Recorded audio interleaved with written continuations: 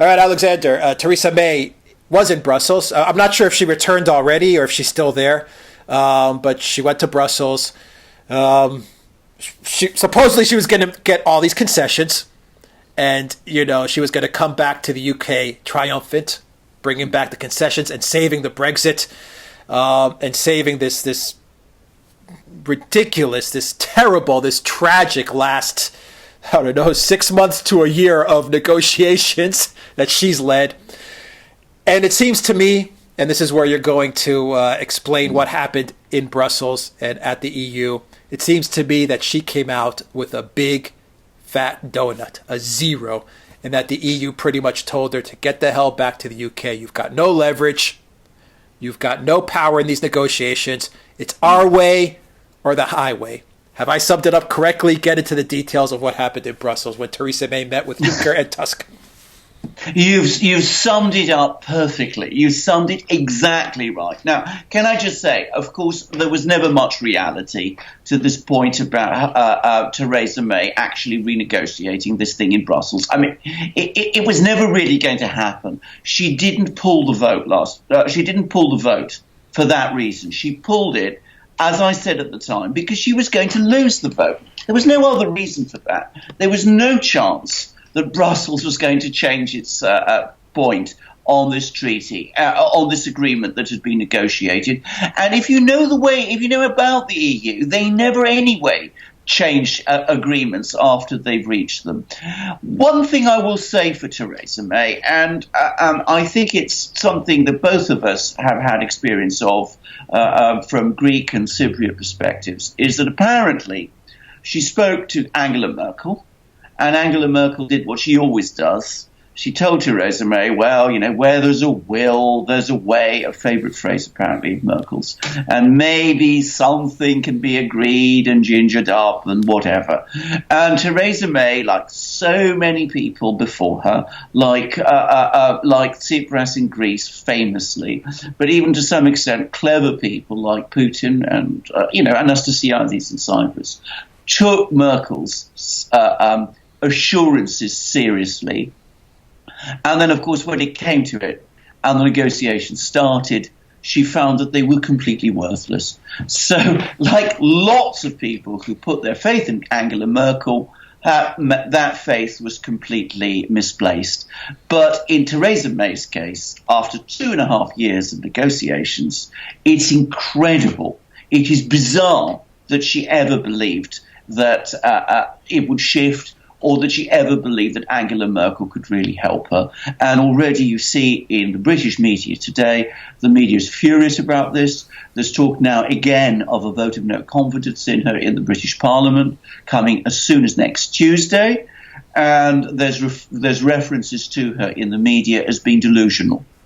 How would you describe Juncker and Tusk's temperament during the press conference towards the UK? It seemed to me that the temperament was very, you said it a little bit before that it was rude. It did seem to me it was very aggressive and very much, guys, why are you wasting our time? Go back and settle this. We don't care anymore. That's how it seemed to be. Well, I thought it was mocking and brutal. I think it went beyond rude, actually. In Juncker's case, he talked about Theresa May being imprecise and nebulous, and she was apparently extremely offended by him and went up to him, and apparently there was a sort of confrontation. And Kurz, who was the Austrian Chancellor, who leads the EU at the moment, he sort of tried to smooth things over a bit and said, well, actually, it wasn't quite as bad as that. Theresa May wasn't quite as bad as that. But Juncker, that has not really gone back on this, and he's still talking in that kind of way. Tusk as well, and of course other states, other leaders, leaders of countries like, the leader of Ireland being, a particular case in point, are being extremely, extremely rude both in private and to some extent in public, about what they're saying about Theresa May. Apparently, the meeting in which she outlined the fact that she had to have more concessions, apparently they actually went for her. I mean, it was apparently a really, really tough confrontation that she had, and a lot of them were telling her, you're just talking nonsense. What are you actually proposing? We don't understand what you're proposing. We're not prepared to renegotiate what has already been agreed. What is it you want, and why do you think we should give it to you? And we've done the deal, and if you can't get the British Parliament to pass it, that's your problem, not ours. That seems to have been the mood in Brussels. Now, from what I understand, Theresa May left with, I think, four or five pages of a document, an A4 size document, which didn't really give her much. Was there anything, absolutely anything, that Theresa May did come out of Brussels with that she could claim was some sort of concession or some sort of victory? Anything at all in this document? In anything? The answer is can be summed up in one word: no. And no one in Britain, no one in the media, no one in the Conservative Party or in the cabinet or in the opposition is saying that she did. I mean, the document she came back with is absolutely empty words. I mean, it has no value whatsoever. Her proposals, her one proposal, the one thing that she did sort of come up with was that, that they should give some sort of side letter in which they would say that, within 12 months, there'd be some sort of, the EU would work to some sort of agreement which would replace the backstop. And that would be registered with the United Nations for some reason. I mean, very bizarre. I mean, what has the United Nations got to do with any of this? Anyway, that caused apparently a lot of offence, and she didn't get that. And she's come away with absolutely nothing. When you said that she came away with a donut, a complete zero, you summed it up precisely. And nobody in Britain, apart perhaps from Theresa May herself, is saying otherwise. All right, where do we go from here now? Well, I think that the problem is that Theresa May's performance was so disastrous and so awful, and the derision she encountered from Brussels was so strong, that once again we're now looking at pressure within the House of Commons for a vote of no confidence in her. Now, the Labour Party, Jeremy Corbyn has been resisting putting a vote of no confidence together because he's afraid that if that vote of no confidence fails, which it will, because the Conservative Party and its ally, the DUP, still has a majority, that will then increase the pressure on him to agree to a second referendum, which he absolutely does not want to do. I still don't think there's going to be a second referendum because I don't really see how such a second referendum can be organised without Theresa May's agreement. I cannot see any mechanism to remove her either as Conservative leader or as Prime Minister, given that she won the confidence vote within the Conservative Party this last week. So I think that we will probably see this thing stagger on towards some second vote of some kind in January on the package, the deal that she put together previously. That failing, and in the meantime, work to prepare for a no-deal Brexit accelerating. So I think we are heading further and closer towards a no-deal Brexit. I think the Europeans have accepted that reality. I think it's time, frankly, that the British did also.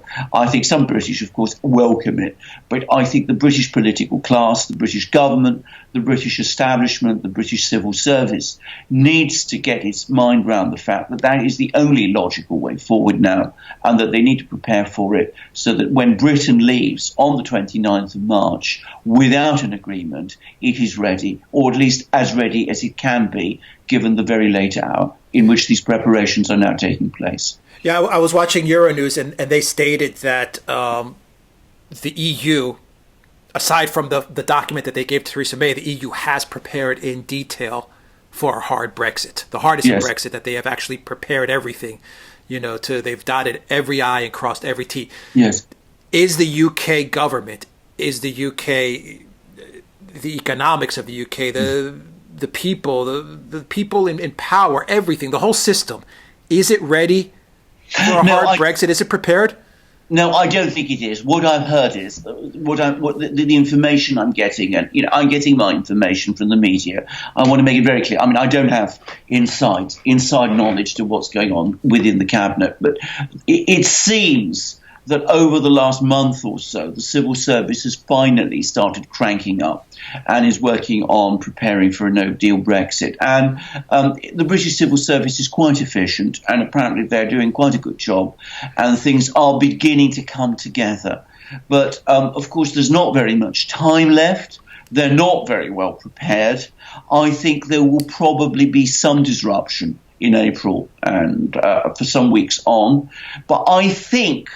And this is, I've always believed this. I think that these scare stories we're hearing about the country running out of food, the country running out of medicine, of vast, traffic jams, of oil supplies seizing up, I think all that is wildly exaggerated. I think we will get by. There will be some economic shock. Britain is a big economy, and it will absorb it, and we will gradually move forward afterwards. And we will discover that, in fact, the no-deal Brexit is not the calamity after all. And that will, of course, strengthen those who have been calling for it all along and weaken the credibility of those who have opposed it.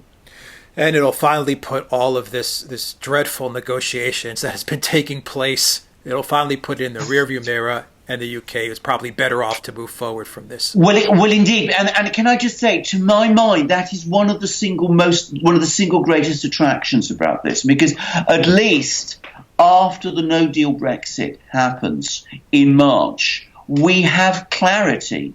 We have a certain position that businesses and people can work with. They will know what is going to be happening tomorrow and the day after tomorrow and next month and next year. They will know that Britain is not going to be in the European Union. It is not going to be in any kind of customs arrangement with the EU. And they can plan and work for that. The single greatest problem, the single most difficult thing for businesses, for people generally, is uncertainty. So let us end this uncertainty in March so that we don't have this thing dragging on indefinitely, sapping energy out of the political system, with everybody talking all the time about Brexit and not talking about anything else, so the government can get on with its job of actually governing Britain rather than quarrelling all the time about, Brexit and the various different forms of Brexit, and so that businesses and people can actually get on with their lives. And, if there's some temporary disruptions along the way, so be it. Countries have coped with far, far worse. Yeah, rip the Band-Aid off. Exactly, and move on. And move on, absolutely. Very well put. Alexander Mercouris, Editor-in-Chief of the Duran. Thank you for another great video on Brexit. Guys, if you like this video, click the subscribe button down below. Click that notifications bell. Smash that like button. Go to the Duran shop, 20% off all throughout December on all merchandise. Great t-shirts. Love the t-shirts. And also you can get this show on audio format, podcast format, iTunes, and Soundcloud. Alexander Mercouris, Editor-in-Chief of the Duran. Thank you very much. Until next time, everybody. Take care.